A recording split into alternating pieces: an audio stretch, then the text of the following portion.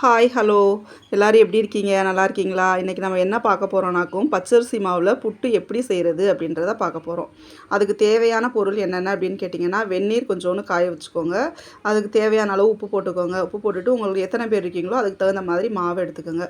மாவு எடுத்துகிட்டு நல்லா கிளறிக்கோங்க ஃப்ரெண்ட்ஸ். நல்லா கிளறி உதிரி உதிரியாக இருக்கணும். சரிங்களா? அது மாதிரி கிளறி எடுத்துக்கோங்க. பாருங்கள், நான் கிளறி எடுத்து வச்சுருக்கேன் பாருங்கள். நம்ம அப்படி இப்படி நம்ம எடுத்து இப்படி இப்படி தூவணும் அப்படின்னாக்கும் நல்லா உதிரி உதிரியாக இருக்கணும். அந்தளவுக்கு எடுத்துக்கோங்க. அதுக்கு தேங்காய் திருவி வச்சுக்கோங்க. தேங்காயையும் பச்சரிசி மாவையும் நல்லா கிளறிட்டு ஒரு சட்டி எடுத்துக்கோங்க. ஒரு இட்லி சட்டி எடுத்து அதில் இட்லி தட்டு வச்சு அதில் துணி போட்டு நான் எடுத்து வச்சுருக்கேன் இப்போது. சரிங்களா? அதே மாதிரியே நீங்களும் எடுத்துக்கோங்க. எடுத்துகிட்டு நல்லா வெந்துகிட்ருக்கு பாருங்கள். நல்லா வெந்துகிட்ருக்கு. நல்லா சூப்பராக வெந்துகிட்ருக்கு பாருங்கள். நீங்களும் செஞ்சு பாருங்கள் ஃப்ரெண்ட்ஸ். இது வந்து இந்தியன் ஸ்டைலில் எப்படி புட்டு செய்கிறது அப்படின்றத உங்களுக்கு செஞ்சு காமிச்சிட்ருக்கேன்.